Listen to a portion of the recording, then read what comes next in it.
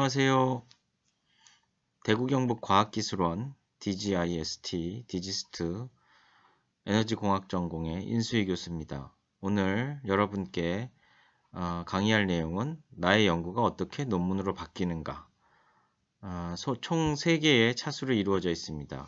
오늘은 기본적으로 1차 시에서 연구의 시작, 연구의 시작은 어떻게 될 것이냐 하는 얘기를 하겠습니다.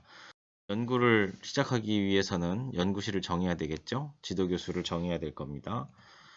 그래서 연구 분야는 공학과 이학으로 크게 나눌 수 있는데 여러분께서 인턴십을 한다거나 언론에 비친 어떤 연구들을 보게 된다거나 총설, 쉽게 풀어쓴 어떤 논문들을 접하게 된다거나 하면 본인이 원하고 관심 있어 하는 분야를 찾을 수 있을 겁니다. 또는 전문가의 상담을 통해서 자신에게 맞는 전공 분야를 찾을 수 있을 겁니다. 그리고 분야가 맞는다고 하더라도 지도교수를 어떻게 정하느냐 이런 것도 큰 문제가 될 수 있습니다. 교수님은 이제 젊은 신진 교수가 될 수도 있을 거고 어느 정도 연구실이 연차수가 쌓인 중견 교수님이 될 수도 있을 겁니다. 그리고 지도 교수님마다 지도 스타일이 다르기 때문에 여러분께서는 인턴십이나 방문을 통해서 지도 교수님의 스타일을 파악할 수가 있을 겁니다. 또한 연구실 분위기가 지도 교수님 못지않게 굉장히 중요한데요.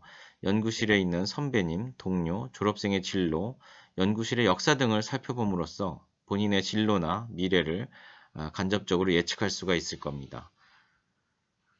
그래서 연구실 분위기는 인턴 때와는 매우 다르기 때문에 인턴을 한다고 하더라도 그것이 연구실의 모든 것이다 라고 말할 수는 없습니다. 너무 일찍 인턴을 서두를 필요도 없습니다. 보통 어느 정도 공부를 한 후에 대학교 3, 4학년 여름방학이나 겨울방학이 적당하다고 생각이 됩니다. 또한 석사, 박사 과정에 진학한다는 것은 프로 무대에 데뷔한다는 것이기 때문에 프로가 가진 어떤 근성이 필요하다고 할 수 있겠습니다. 여러분들께서 직접 실험을 설계하고 실험을 하고 데이터를 분석해서 논문을 써가는 과정이 그런 진정한 연구자로서의 프로 모습이라고 할 수 있습니다. 연구 분야를 정하기 위해서는 우리가 큰 고민을 할 수가 있겠는데요. 좋아하는 것을 할 것이냐, 잘하는 것을 할 것이냐 이런 고민을 할 수가 있겠습니다. 제 경험에 비추어 본다면 아니면 다른 사람들과 얘기를 해본다면 좋아하는 것보다는 잘하는 쪽으로 하는 것이 아무래도 주변으로부터 인정을 받을 수 있고 칭찬을 받을 수 있고 할 수 있는 확률이 더 많겠죠. 그래서 잘하는 것을 하게 되다 보면 좋아하게 되고 그리고 잘하는 것을 하는 여건이 잘 갖추어지면 나중에 좋아하는 것을 할 수 있는 가능성이 높아집니다. 그래서 좀 제가 드리고 싶은 말씀은 우선은 좀 잘하는 것을 조금 추천을 드리고 싶네요. 그래서 이런 연구 분야를 정하기 위해서는 아까도 말씀드린 것처럼 총설, 리뷰 논문을 좀 보시고 그 다음에 전문가의 상담을 좀 하시고 그 다음에 인턴십을 통해서 좀 더 배우시고 뉴스라든가 언론을 통해서 어떤 내용을 접하시고 그리고 다양한 독서를 통해서 또 본인의 흥미거리가 무엇인지 찾을 수가 있을 겁니다. 무조건 끌린다고 해서 할 수도 없는 것이지만 안 끌린다고 안 할 수도 없는 것이겠죠. 그래서 연구에서 가장 주의할 것은 뭘까요? 연구에서 가장 주의할 것은 안전입니다. 첫 번째 안전, 둘째도 안전, 셋째도 안전입니다. 안전이 확보된 다음에 실험을 해야지 안전하지 않은 상황에서 실험은 강요당할 수도 없고 해서도 안 되는 것이죠. 본인이 본인의 안전을 직접 챙기지 않으면 누구도 본인의 안전을 책임져 주기가 어려운 것이 현실입니다.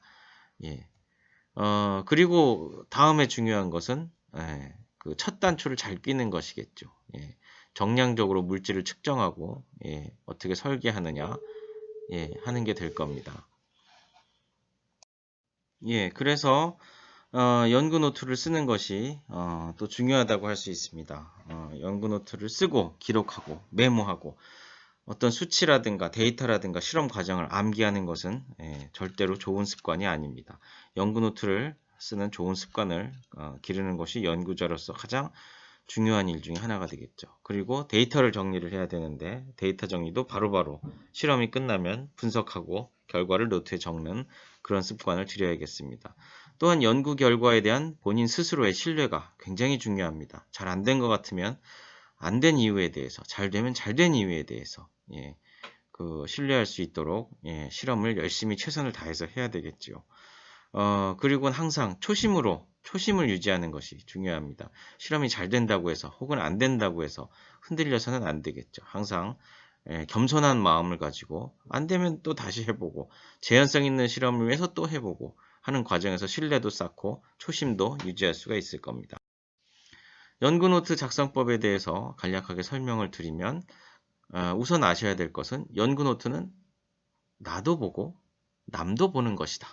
이렇게 아셔야 됩니다.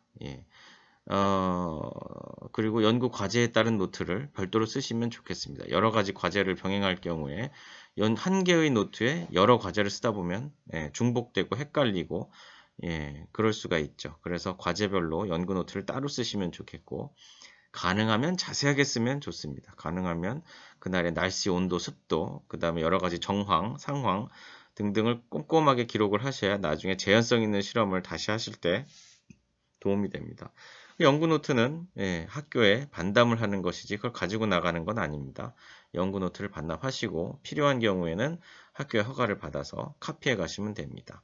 또한 지도교수가 매일 점검하든가 일주일에 한 번 점검하든가 점검을 받으시는 쪽으로 그 연구 노트를 쓰시면 좋겠습니다. 그리고 연구 노트를 잘 쓰는 사람이 경험적으로 봤을 때 연구도 잘 합니다.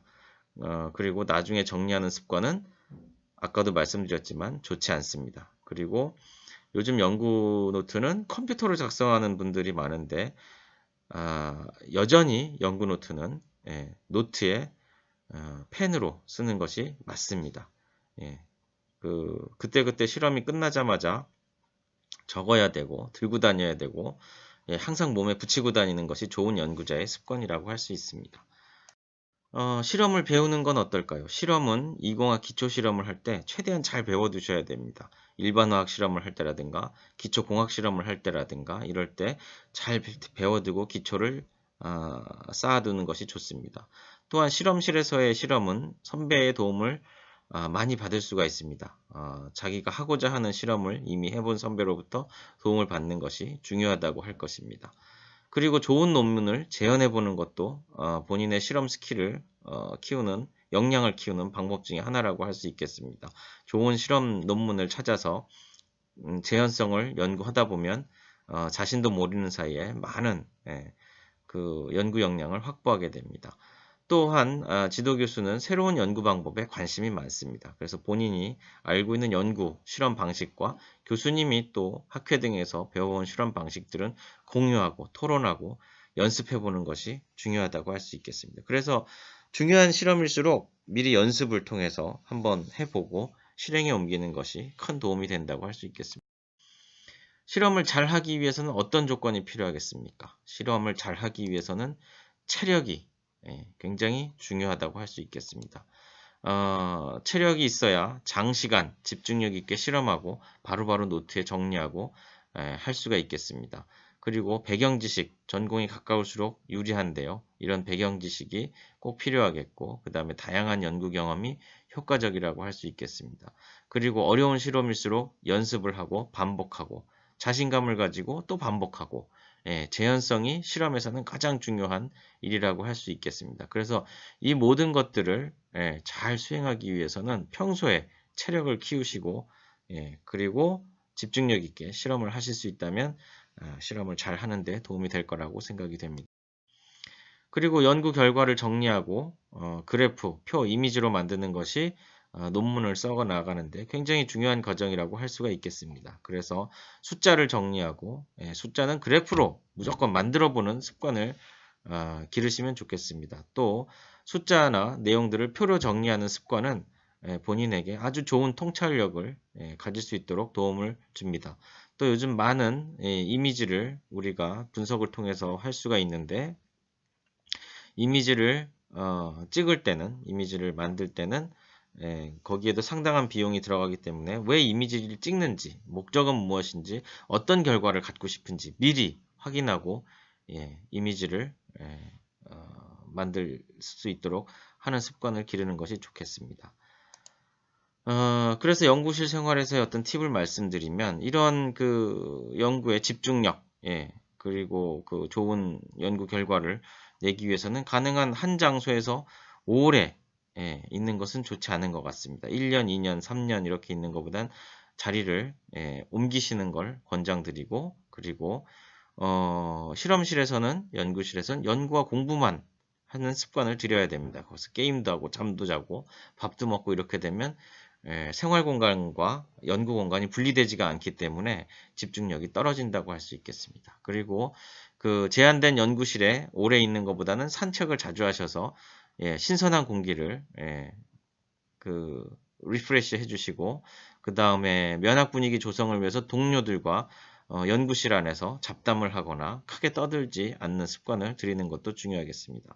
그리고 아무리 늦게 퇴근하더라도 일찍 퇴근하는, 일찍 출근하는, 정해진 시간에 출근하는 그런 습관을 들이시면 좋겠습니다. 그리고 자기 주변의 연구실 환경은 항상 깨끗하게 유지하는 것이 여러분 건강에도 좋고 좋은 실험을 하는데도 도움이 됩니다. 실험실은 무조건 더러워야 된다. 이런 건 없습니다.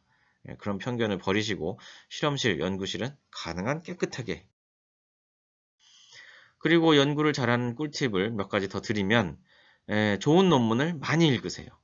뭐 많이 읽는 것보다는 한 편의 좋은 논문을 그 깊이 있게 공부하는 것이 더 중요하다고 할 수 있겠습니다. 그리고 매일 쏟아져 나오는 관련 분야의 논문을 검색해 보시기를 권장합니다. 어떤 새로운 논문이 나오는지 찾아보시면 도움이 되고, 논문은 대부분 영어로 작성을 해야 되기 때문에 원어민이 작성한 논문을 주의 깊게 어떻게 표현하는지 살펴보시는 것이 좋겠습니다. 그리고 국내외에 다양한 학회가 있습니다.